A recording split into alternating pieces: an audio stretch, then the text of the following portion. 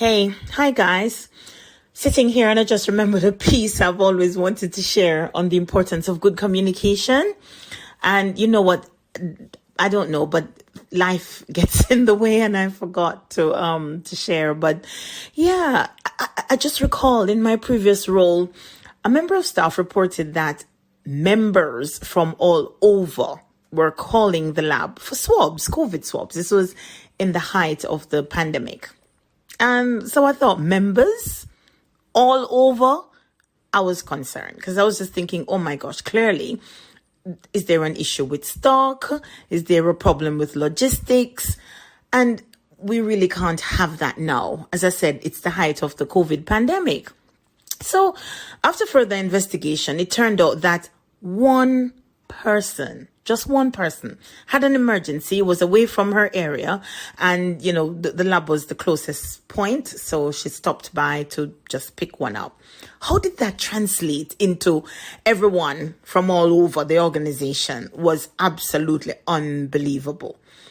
And yes, you call that out in the kindest and nicest way, particularly when you've got an emergency, as we did the March, April, May period of the pandemic. Communication is paramount.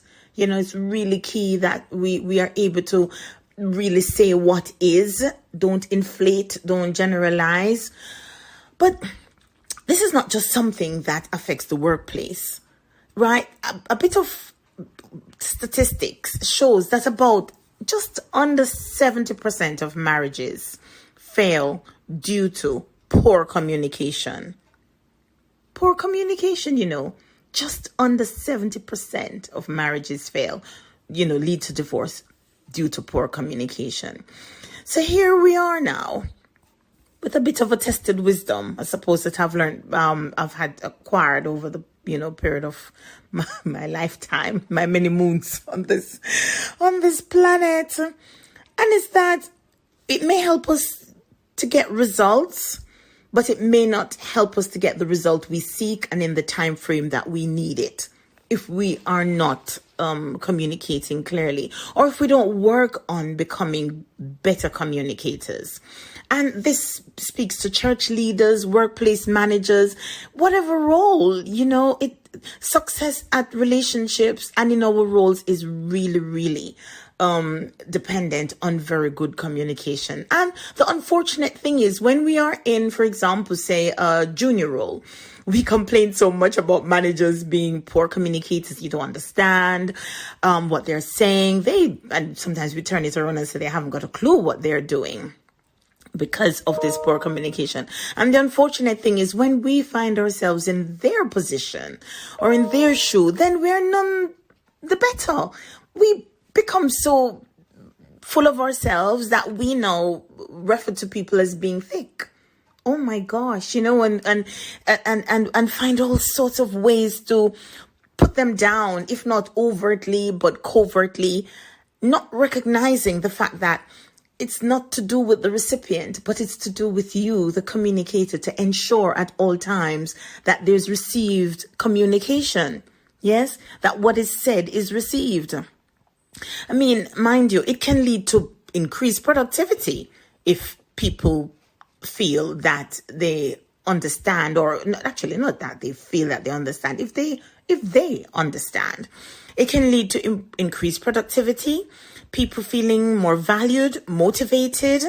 They've got clear roles, goals, expectations. So they feel heard, don't feel judged, not made to feel, as I've said before, daft, or gosh, you don't get it. And you can just see the frustration on the speaker's face or the communicator's face. You don't listen.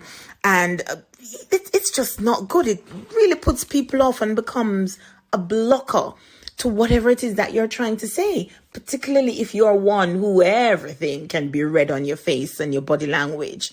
In communication, the goal is for the communicator to be patient, to be humble, just be kind, considerate, actually.